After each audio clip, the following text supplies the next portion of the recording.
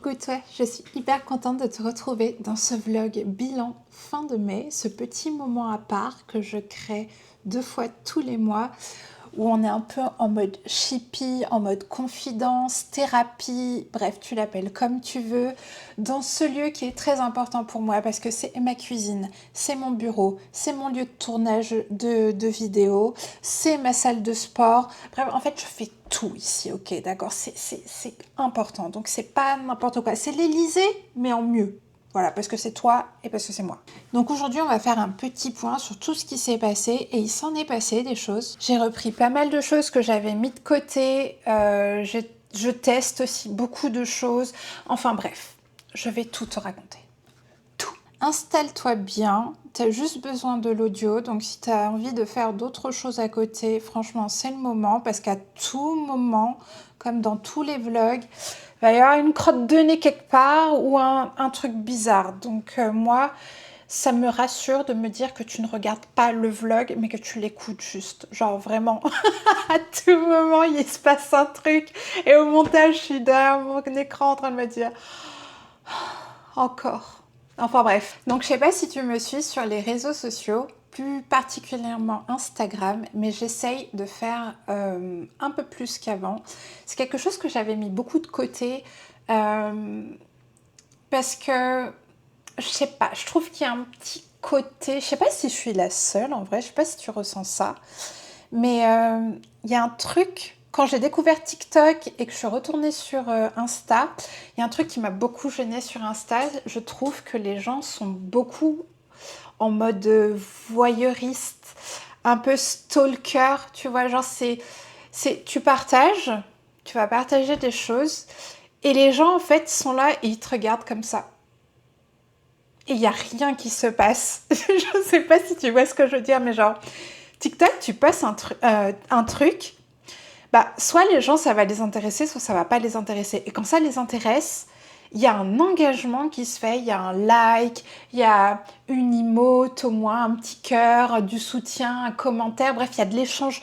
C'est une plateforme où vraiment, il y a un échange qui se crée vraiment très rapidement et c'est hyper agréable. Genre, j'ai jamais eu de mauvaises expériences sur TikTok. Genre vraiment, après, les gens ont le droit d'être d'accord ou pas d'accord. Tu vois ce que je veux dire? C'est qu'ils soient pas d'accord. Pour moi, je considère pas ça comme une mauvaise expérience.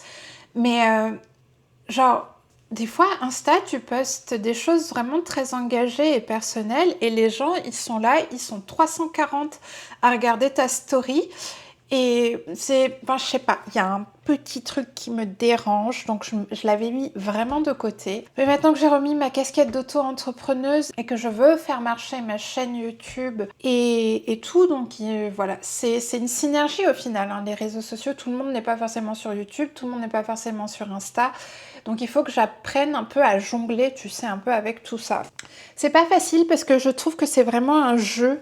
Alors c'est pas forcément un jeu dans le sens où il faut être faux, mais c'est clairement un jeu dans le sens où il faut apprendre à identifier rapidement dans tout ce qui se passe dans ta vie qu'est-ce qui vaut le coup d'être partagé en fait. Et ça c'est un truc que j'ai pas forcément. Je l'ai de temps en temps, mais je l'ai pas. Je sais pas quelque chose. Enfin c'est quelque chose que je dois travailler quoi. Donc voilà, donc j'essaye de poster plus régulièrement. Pour l'instant, je me suis fixé un petit objectif de poster au moins 3 choses sur mon feed. Et puis comme d'hab, de continuer les stories. Les stories, j'ai jamais vraiment arrêté. C'est un truc que j'aime bien faire. J'aime bien repartager des choses qui me parlent. J'aime bien partager de la musique. J'aime bien partager des fils de pensée, des réflexions, des choses chouettes que j'ai vues. Enfin bref, ça c'est un truc... ça va, c'est pas un truc que je pense que je dois vraiment trop travailler non plus. C'est plus les posts, tu vois. Parce que, en fait, pour ceux qui me suivent depuis longtemps, vous savez que j'ai eu une vie sur Instagram, en fait, qui a retracé toutes mes expériences personnelles, que ce soit la Malvina du tout début, qui faisait du Insanity, tous les programmes Beachbody et qui partageaient genre à chaque fois la Malvina qui a fait du yoga, des challenges de yoga. Après il y a eu la Malvina coach chez Beachbody.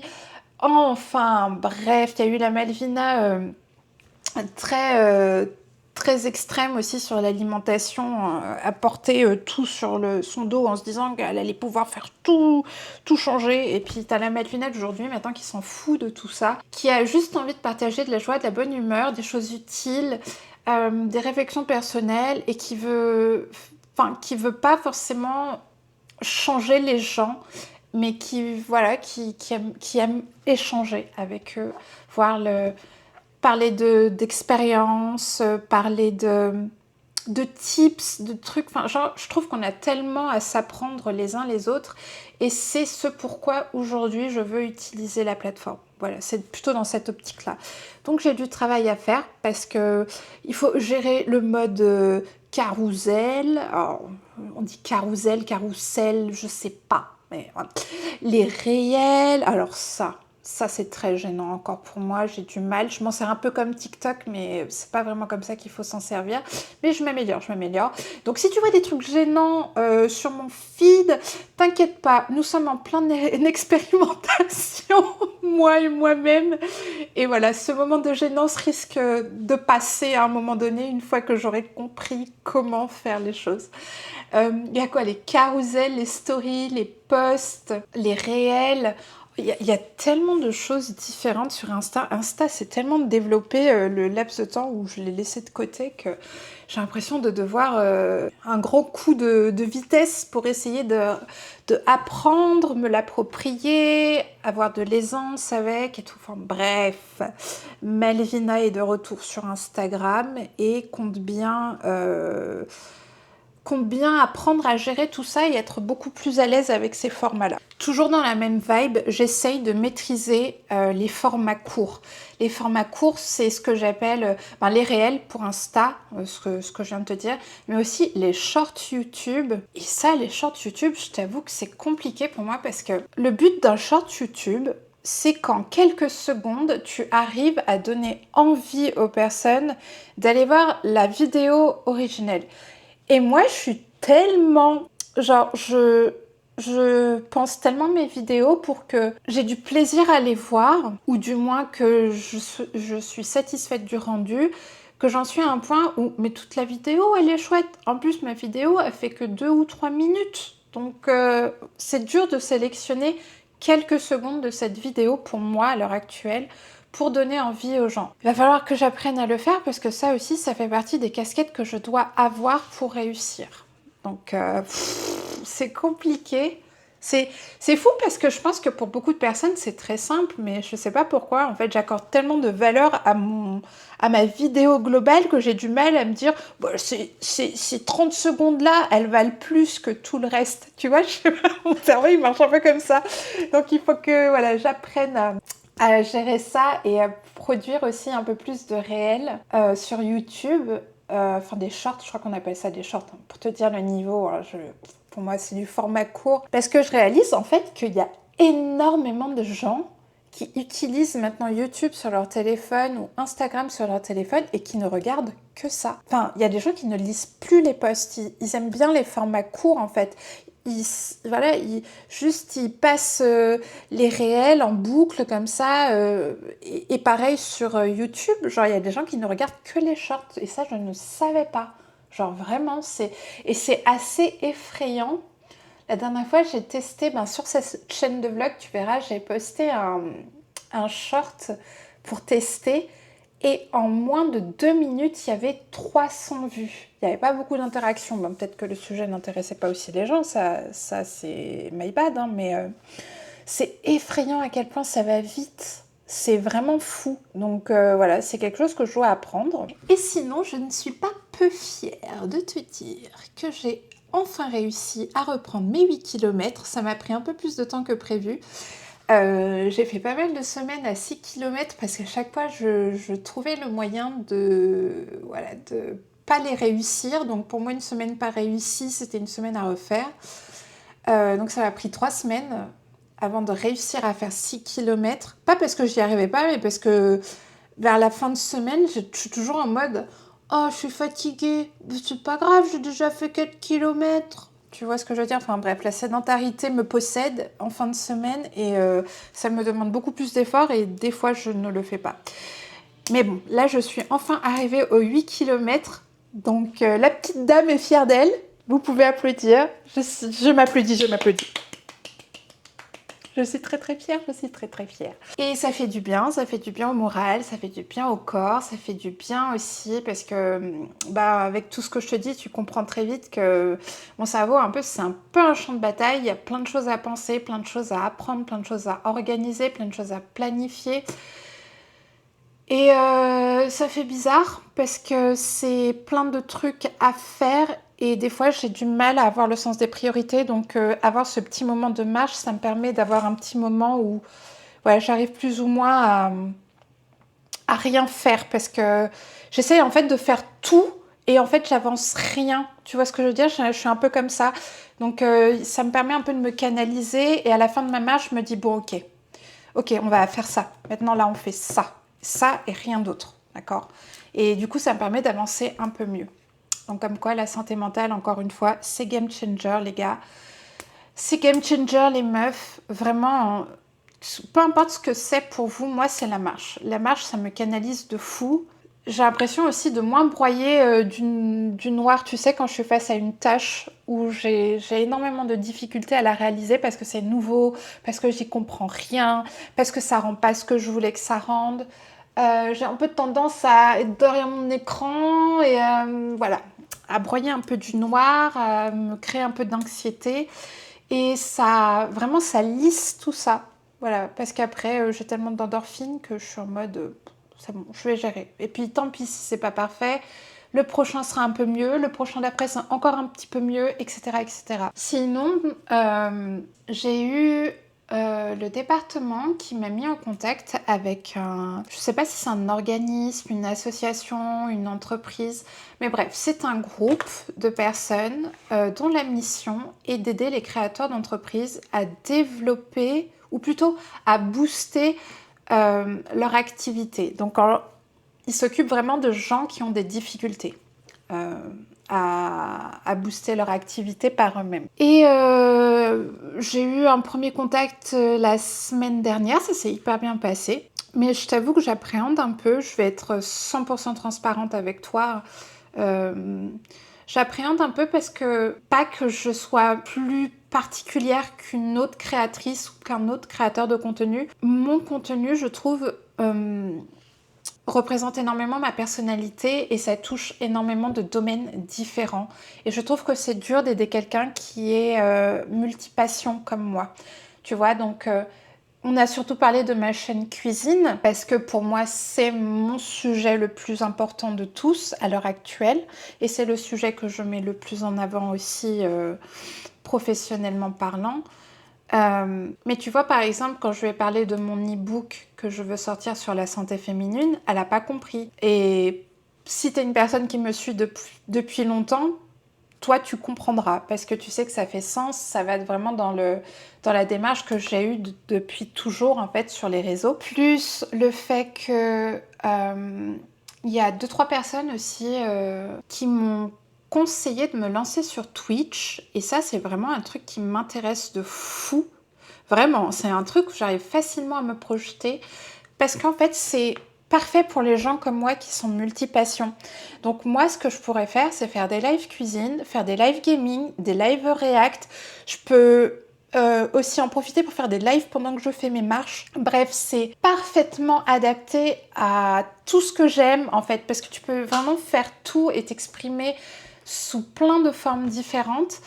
Et voilà, c'est un truc vraiment qu'on m'a proposé et que j'ai vraiment sincèrement mis dans ma tête, mais pas pour tout. Parce que pour moi, en fait, je suis tellement dans ce brouhaha là maintenant où on me demande de faire du concret et où je me dois de faire du concret avant de me lancer dans des nouveaux projets que... Voilà, il faut que j'avance déjà dans un certain sens avant de me projeter sur Twitch.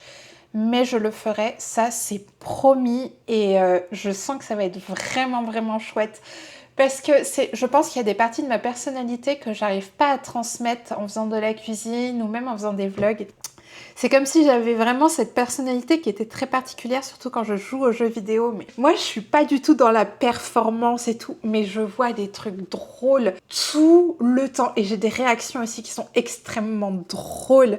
Genre, j'aimerais trop les partager avec vous parce que je suis sûre que je suis pas la seule à voir ce genre de choses dans les jeux vidéo et tout. Et en plus, j'ai prévu de changer de PC, donc... et j'avais déjà prévu que ce PC puisse me permettre sur le long terme de streamer si j'en avais envie en fait. Je voulais acheter un PC qui me donne l'option de streamer. Et même si je stream pas, ben tant pis. Mais au moins si j'ai envie, je peux le faire. Tu vois, je pensais ça comme ça. Donc du coup... quand on m'a parlé de ça, je me suis dit, bah tiens, c'est bizarre parce qu'en plus, moi, j'avais déjà prévu tu vois, le PC pour et tout. Donc là, je mets les sous de côté pour ce petit PC-là. Vu que j'ai déjà claqué mes économies pour cette caméra-là, qu'on remercie, hein, bravo. Caméra incroyable, 4K, je le rappelle. Un petit micro qui va avec, incroyable. Nickel, les petites batteries de recharge incroyables. D'ailleurs, si ça t'intéresse, on me l'a beaucoup demandé, donc c'est pour ça que je le dis. Mais le lien, si tu veux acheter la même caméra ou juste le micro ou comme moi le pack créateur, je te l'ai mis en barre de description, comme ça tu vois. Et franchement, je ne connaissais pas du tout la marque et j'en suis extrêmement satisfaite. C'est vraiment, tu sais, le genre de matériel tout petit qui est parfait pour les introvertis ou pour les voyages, ou que tu peux vraiment mettre un peu partout chez toi, choper des angles si t'es un peu cinéaste et tout. C'est vraiment banger. J'ai exploré un peu il n'y a pas longtemps. J'ai fait un réel en time-lapse. J'ai suivi un tuto et tout, et j'ai trouvé ça tellement simple à faire. Et du coup, ça débloque plein d'idées et il y a plein encore d'options que je n'ai pas encore exploitées sur l'appareil. Enfin bref, j'ai hâte. C'est vraiment un matériel que je te conseille si tu as envie de te lancer dans la création de contenu qui nécessite photos, vidéos, tout ça. Je peux même m'en servir en tant que webcam lorsque je passerai sur Twitch. Et ça, c'est banger. Parce que tu relis tout. Enfin, moi, j'adore quand tout se relie comme ça et que, voilà, c'est fluide, c'est parfait. Tu vois, j'ai vraiment l'impression d'avoir investi dans quelque chose qui va m'accompagner pendant vraiment plus de 10 ans. Donc, je suis très, très contente. Enfin, bref. Du coup, il faut que je refasse des économies pour le futur PC. Mais ça, j'avais déjà commencé parce que c'est un projet que j'avais déjà avant qu'on me parle de Twitch. Donc voilà, je pense dans 1 an, 2 ans, je me lancerai parce que je veux aussi que voilà, ce soit simple, tu vois, de pouvoir filmer sur ma table de cuisine, en même temps de répondre au chat.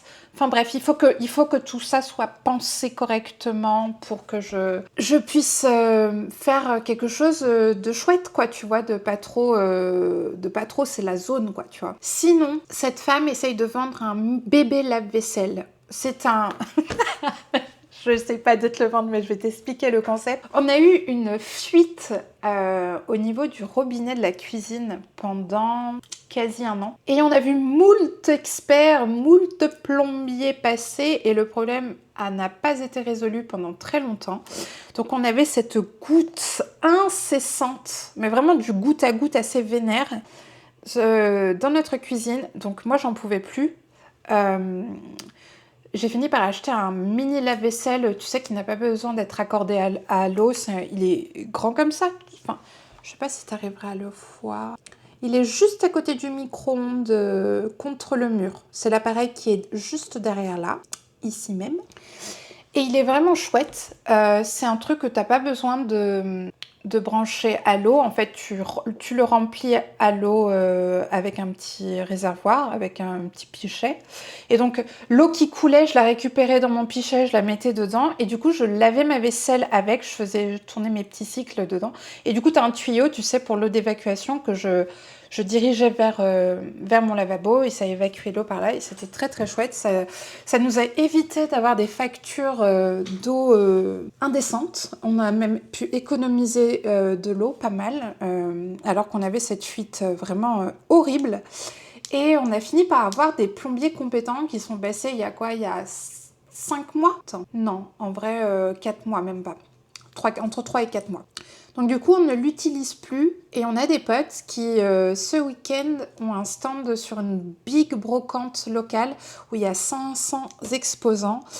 Et ils se sont gentiment proposés d'essayer de le vendre pour nous. Et j'ai dit oui. J'ai dit franchement oui parce que bah, mine de rien la bête prend un petit peu de place et vu qu'on l'utilise pas et que c'est encore en bon état parce que je l'ai acheté en mars 2024, on est en juin 2025 donc il est pas très très vieux, il fonctionne très très très bien.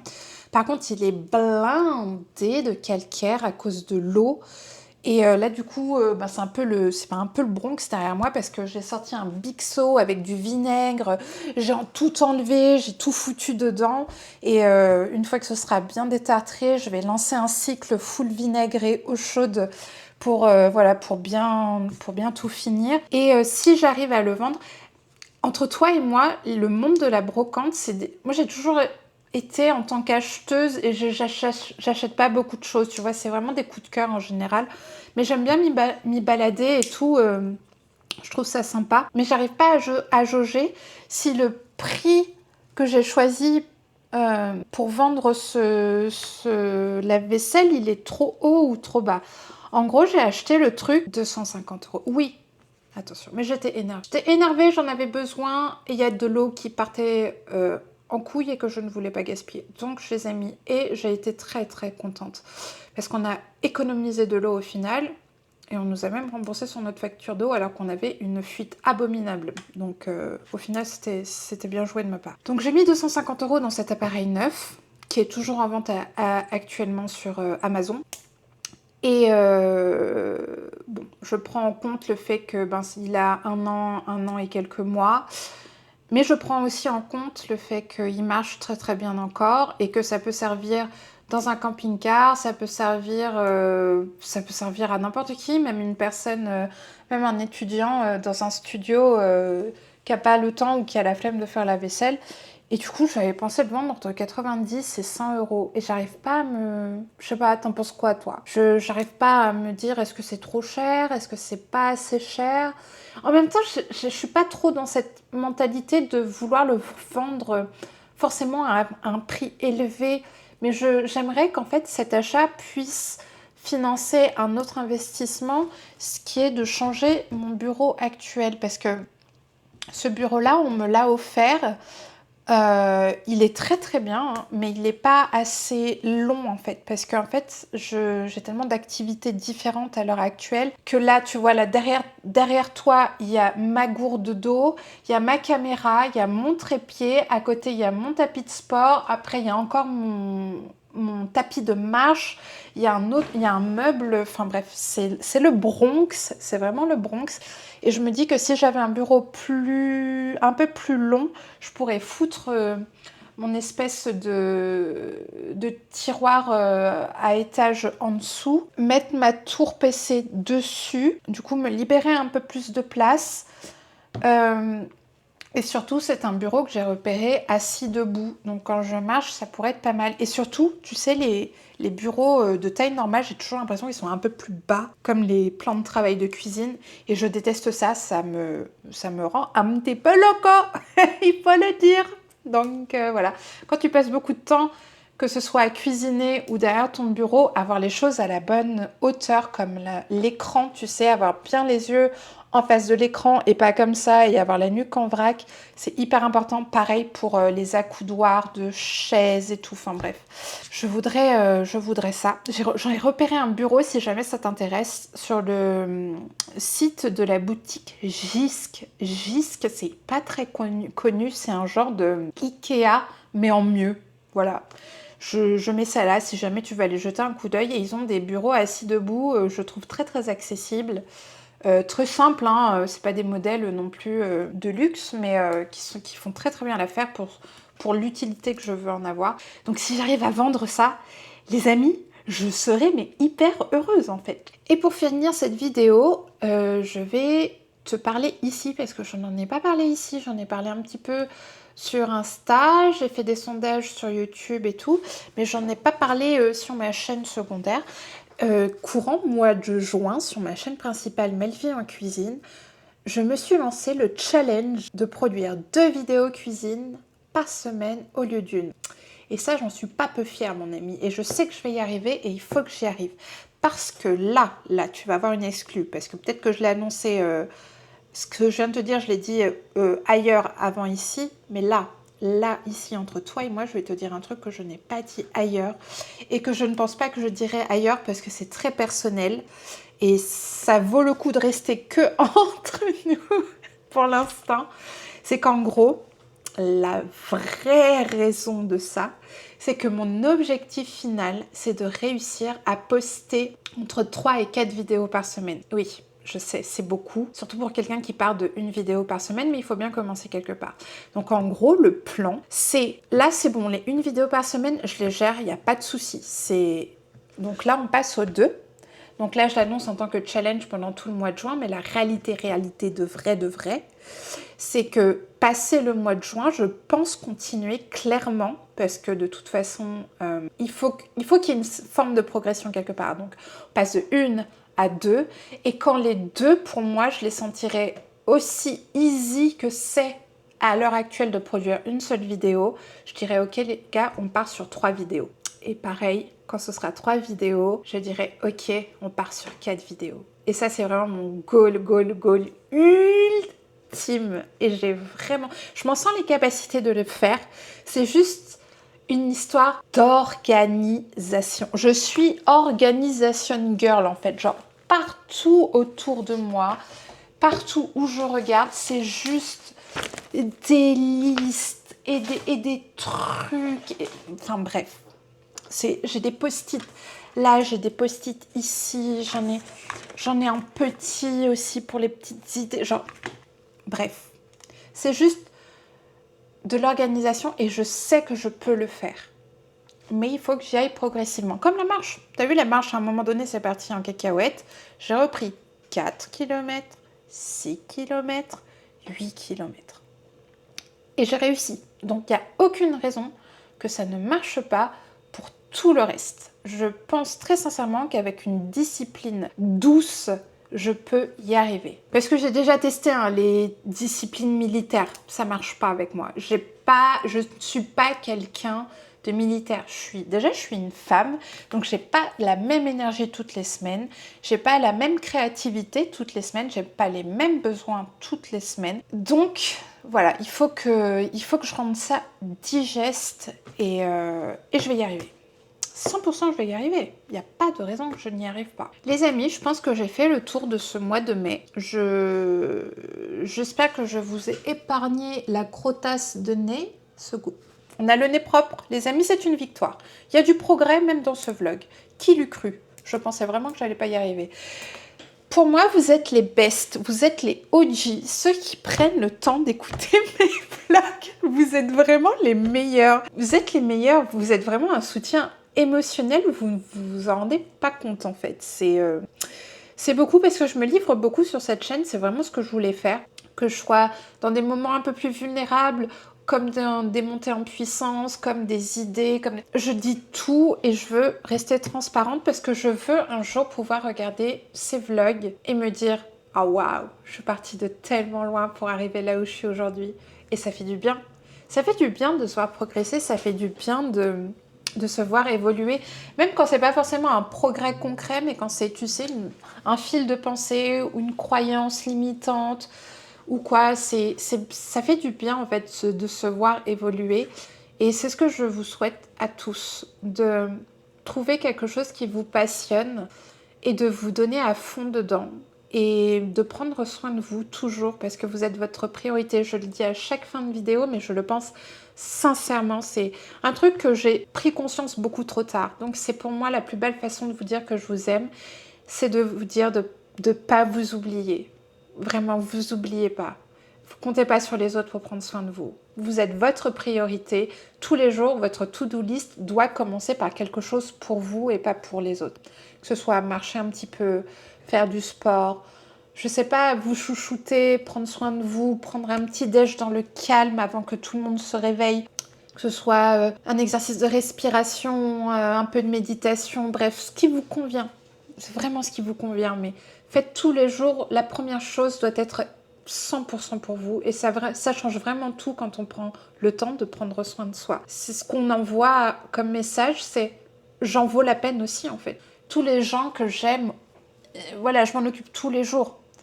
Mais tu pourras pas le faire toute ta vie si tu prends pas soin de toi en premier. Donc l'oublie jamais, jamais, jamais. Et les gens qui t'aiment ont besoin que tu te fasses passer en premier aussi. Voilà. Je te fais des gros bisous. Je pense qu'on se retrouvera vers, laisse-moi regarder mon calendrier, le 15 juin. Ce sera mon prochain vlog. Et voilà.